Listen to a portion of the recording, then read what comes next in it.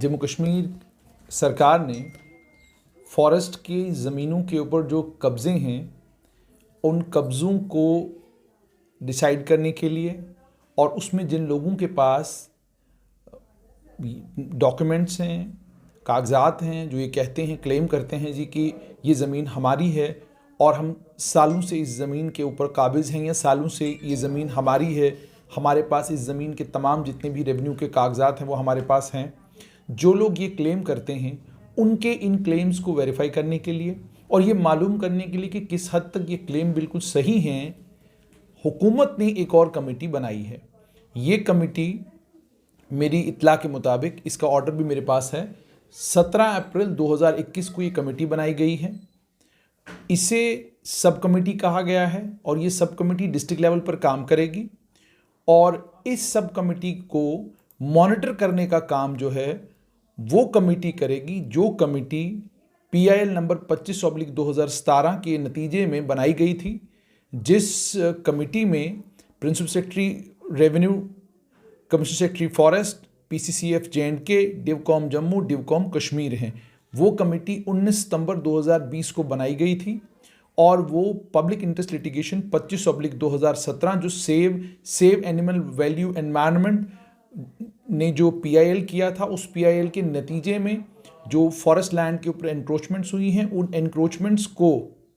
Encroachments की निशानदही करने के लिए, उन एनक्रोचमेंट्स को सरकार के समक्ष लाने के लिए और उन एनक्रोचमेंट्स के ऊपर जो तामीरात हुई हैं, जो मकानात बनाए गए हैं, उनको वहाँ से हटाने के लिए जो कमेटी बनाई गई थी, उस कमेटी के वो कमेटी मॉनिटर करेगी इस नई कमेटी का कामकाज। इस नई कमेटी में तमाम जितनी भी शिकायत होंगी फॉरेस्ट की एनक्रोचमेंट की,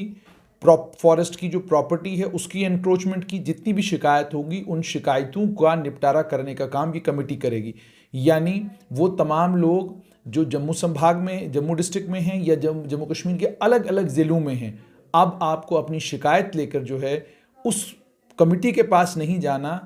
जो कमेटी फॉरेस्ट की एनक्रोचमेंटों को सितंबर 2020 से देख रही थी। अब एक और कमेटी बनाई गई है। वो इसलिए बनाई गई है क्योंकि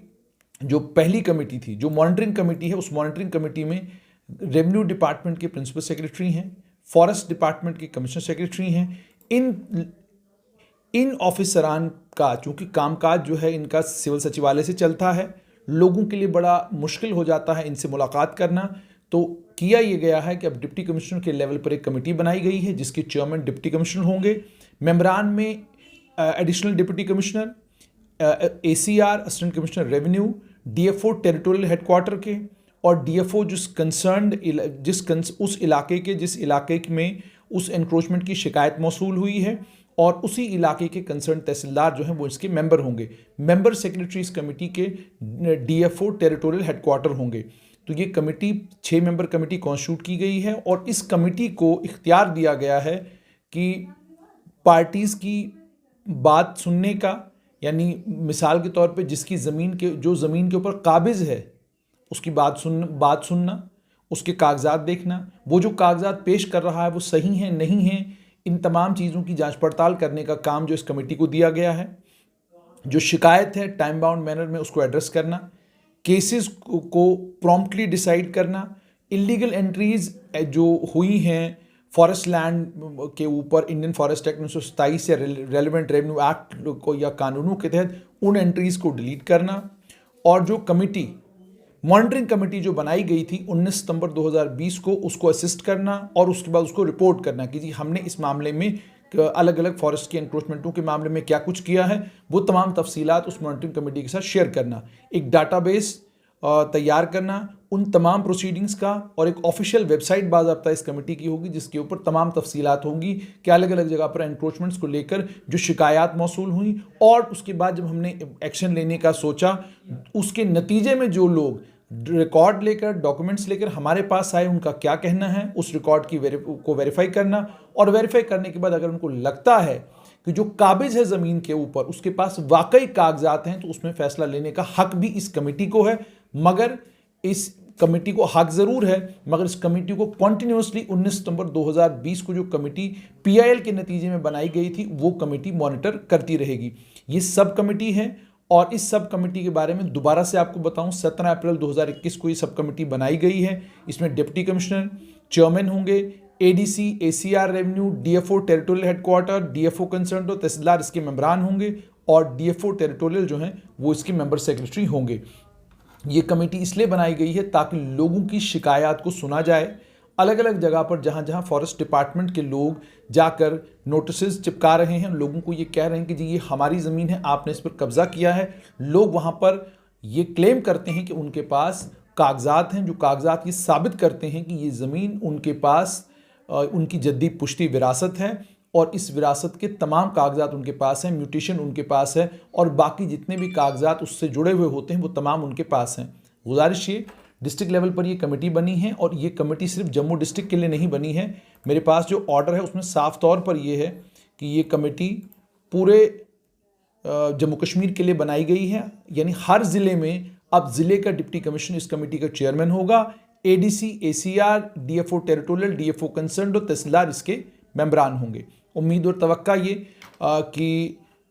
लोगों की जो शिकायत हैं उनको ये कमेटी सुनेगी और जो रिकॉर्ड लोगों के पास है उस रिकॉर्ड को भी देखेगी और अगर उस रिकॉर्ड को देखने के बाद उन्हें लगता है कि जिस आदमी को काबिज बताया जा रहा है, जिसको लैंड ग्रैबर बताया जा रहा है, वो लैंड ग्रैबर नहीं बल्कि असलियत में उसका ज़मीन का मालिक है, तो इस कमेटी के पास ये इख्तियारात हैं कि इलीगल एंट्रीज़ को भी ये डिलीट कर सकती है, एंक्रोचर्स को एविक्ट भी कर सकती है और केसेस को प्रॉम्प्टली डिसाइड करेगी, यानी डिसाइड करने का इख्तियार भी इनके पास है कि अगर इनको लगता है कि किसी जगह कोई जेन्युइन है और उसके साथ ज़्यादती हो रही है तो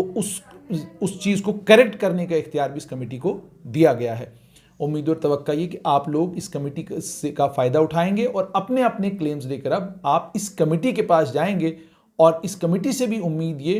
कि रिकॉर्ड की बुनियाद पर जहाँ पर लगता है इस कमेटी को कि किसी के साथ ज़्यादती हुई है उसको भी एड्रेस किया जाए, लेकिन जहाँ जहाँ पर फॉरेस्ट की ज़मीनों के ऊपर लोगों ने कब्जे कर रखे हैं उन काबिज़ों को इन ज़मीनों से हटाना कानूनी तौर पर भी ज़रूरी है और जम्मू कश्मीर के फॉरेस्ट लैंड को बचाने के लिए भी बहुत ज़्यादा ज़रूरी है।